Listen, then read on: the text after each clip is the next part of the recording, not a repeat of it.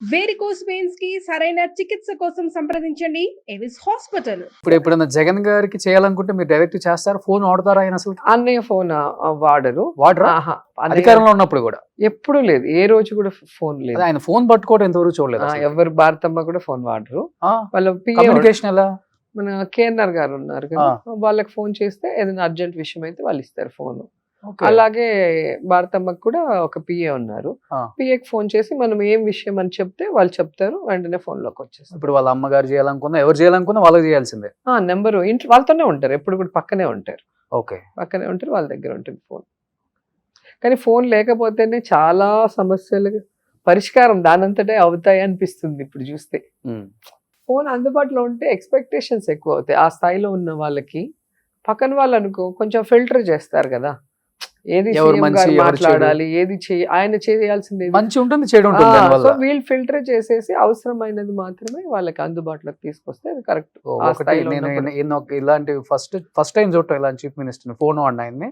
ఇంకొకటి రేవంత్ రెడ్డి గారు కూడా వాడర్ అని ఈ మధ్య తెలిసింది నాకు. హెల్తీగా ఉంటారు అందుకే వాళ్ళు. రేవంత్ రెడ్డి గారు కూడా వాడర్ అంట. ఆయన ఫోన్ ఉంది, ఎత్తడు అంతే. ఆయనకు అవసరం ఉంటే మాట్లాడేవాళ్ళు అప్పుడు కూడా. ఆ, కొడాలి నాన్న అంతే, ఉమ్. ఆయనే ఫోన్ చేస్తేనే ఎవరికన్నా, ఎవరైనా ఫోన్ చేస్తే ఎత్తారా అన్న కూడా.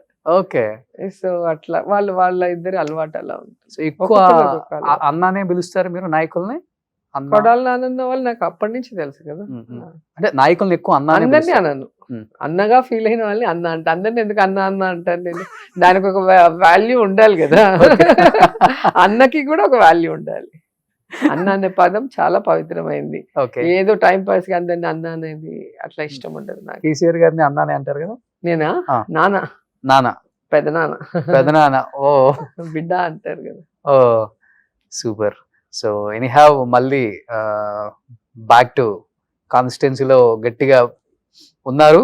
చెన్నై వెళ్ళలేదు. నేను నన్ను నమ్ముకున్న వాళ్ళకి నేను ఓడిపోయాం కాబట్టి, అంటే నాకు ఓటేసిన వాడికి నేను చూసుకోవద్దా? నాకు పనిచేసిన లీడర్స్ ని, కార్యకర్తలను చూసుకోవాలి, నా ఓటేసి అభిమానించిన వాళ్ళని నేను చూసుకోవాల్సిన అవసరం ఉంది. కాబట్టి ఒక కంటిన్యూస్ గా ఈ 5 months లో మీరు చూడండి, పేపర్ తెప్పించుకొని చూస్తే తెలుస్తుంది. అన్ని స్టేట్ న్యూస్లు రావు కదా. అవును. కుంభాభిషేకాలు కానీ, డెత్లు కానీ, పెళ్లిళ్ళు కానీ, పరామర్శలు, కాలు ఫ్రాక్చర్ అయి ఉంటుంది లేదా హెల్త్ బాగాలేదు, అన్ని కంటిన్యూగా చేస్తూ ఉంటాను. నా స్టేటస్ చూస్తే మీకు తెలుస్తుంది. ఎవ్రీడే నా స్టేటస్ అవును. చూస్తే ఒక రైలు లాగా ఉంటుంది. నేను ఎక్కడున్నాను, ఏం చేస్తున్నాను అనేది మీకు తెలిసిపోతుంది.